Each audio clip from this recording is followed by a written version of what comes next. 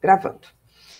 Então, a gente tem aqui, né, perguntas a respeito dos testes de hipóteses, né, bem a parte inicial, que fala sobre erros, essas coisas todas, né, então fala ali, né, com relação a um teste simples de hipóteses, assinale a alternativa correta, tá? Então, nós temos aqui 4 sentenças falsas e uma verdadeira, né?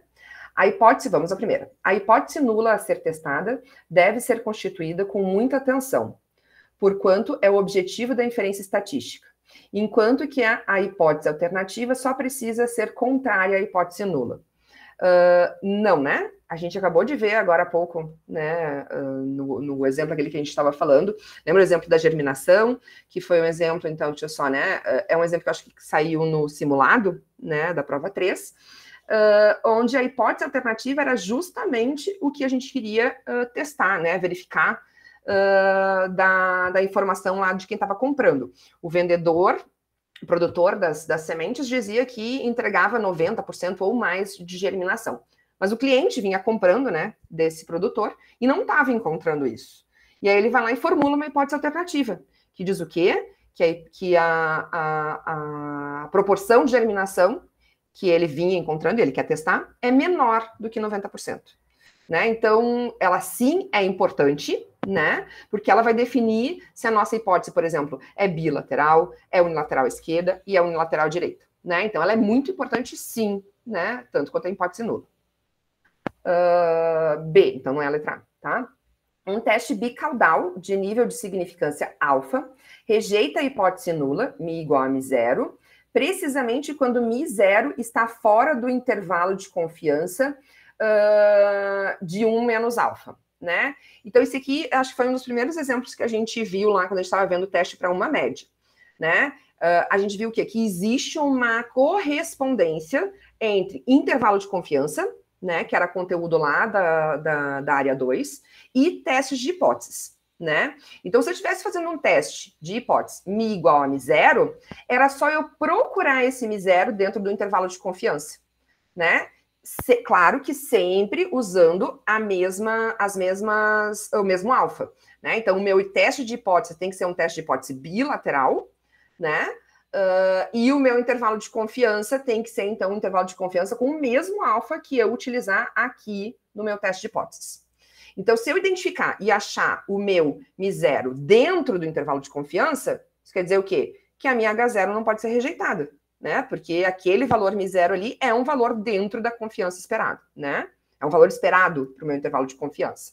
Agora, se esse meu mi zero, então, cair fora do intervalo, ou for menor que o limite inferior ou maior que o limite superior, está me dando uma indicação o quê? Que é algo fora da minha confiança, né? Ou seja, não é um valor esperado dentro da confiança lá, por exemplo, de 95%, né? E isso me leva ao quê? Lembram lá do que eu tinha falado, né, antes?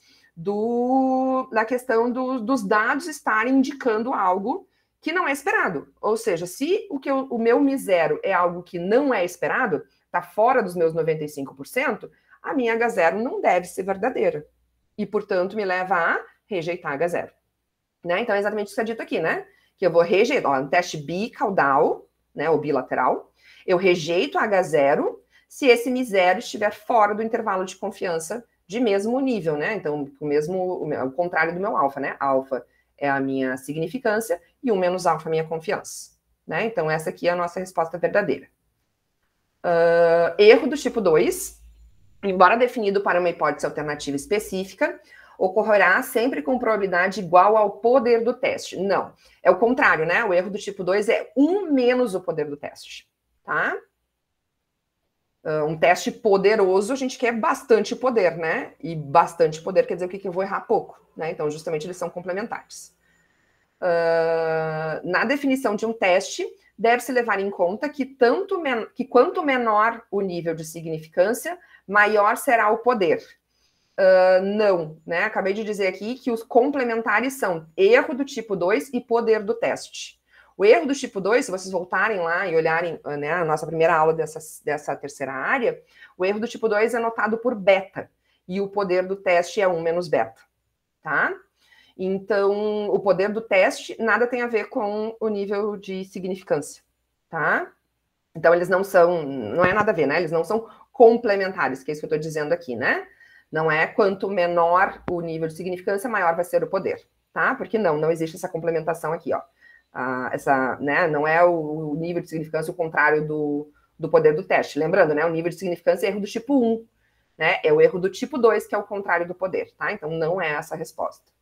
Professora, Fale. não lembro, a gente chegou a ter que calcular o poder do teste, porque eu não lembro quais Não, a gente variáveis. só comentou o que é o poder do teste. Ah, tá, então tudo bem. Lembram lá da tabelinha? De H0 verdadeira, H0 falsa, e rejeitar e não rejeitar H0. Sim. Até a gente usa o exemplo lá do, como se fosse né, a gente está julgando, né, pensando lá no julgamento de um réu. Só quem sabe acho que até eu falei isso no vídeo, né, assim, brincando, né, que só quem sabe se ele é inocente ou culpado é ele, né, que se sabe que cometeu ou não o crime, e Deus, né? E é a mesma coisa brincando lá e o juiz lá, pensando, né, o juiz, o advogado, o juiz, né? Ele precisa ter evidências para decidir se ele vai decidir, né? Aí seria culpabilizar ele, né? Não me lembro a palavra lá que eu usei. Né, se ele vai inocentar, se ele vai liberar ele, né? Ou vai culpabilizar ele, né? Vai prender. Não me lembro as palavras que estão usando lá, né? Que seria a ideia do rejeitar e não rejeitar H0. Com base nas evidências. O que são as evidências nas nossas pesquisas? Os dados. Os dados é que vão trazer evidências se a nossa H0 é verdadeira ou se a nossa HA é verdadeira. Tipo o inocente e o culpado, tá? Porque só quem sabe realmente inocente e culpado é Deus e a população toda.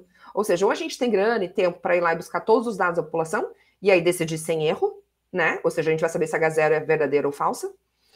E Deus sabe, né? E o que a gente faz é buscar dados, ou seja, uma amostra da nossa população, para ver se ela nos traz evidência se a H0 é que é verdadeira ou se a HA que é verdadeira, né? Para decidir, então, se a gente não rejeita H0, porque os indícios dos dados não estão contra H0, então a gente não rejeitaria ela, ou a gente rejeita H0 e fica com HA, se os meus indícios, os dados, né, trazem né, informações. Tipo, exemplo, voltei lá um exemplo da germinação, né? O comprador não estava acreditando muito que era 90 ou mais, né? Ele foi lá e coletou 100 observações, ou seja, ele foi lá e botou 100 sementes a germinar, 84 delas germinaram, ou seja, ele chegou em 84%, menos de 90%. Então vejam que ele tem indícios, né? Ele tem ali evidências. Ele chegou numa proporção menor, 84 é menor que 90, com uma amostra considerável, 100 observações. E é com base nisso que naquele exemplo lá a gente rejeitou H0, e sim, verdadeira a contestação, não lembro qual era a palavra lá da questão, né? Era verdadeira o que dizia lá o cliente, de que era menor do que 90% a taxa de germinação. E a última aqui diz, né? Se o grau de significância do teste, o alfa, significa que 1 menos alfa é a probabilidade de se cometer erro do tipo 1. Não, né? É justamente o alfa, né? Que é o nosso erro do tipo 1. O 1 menos alfa é a nossa confiança.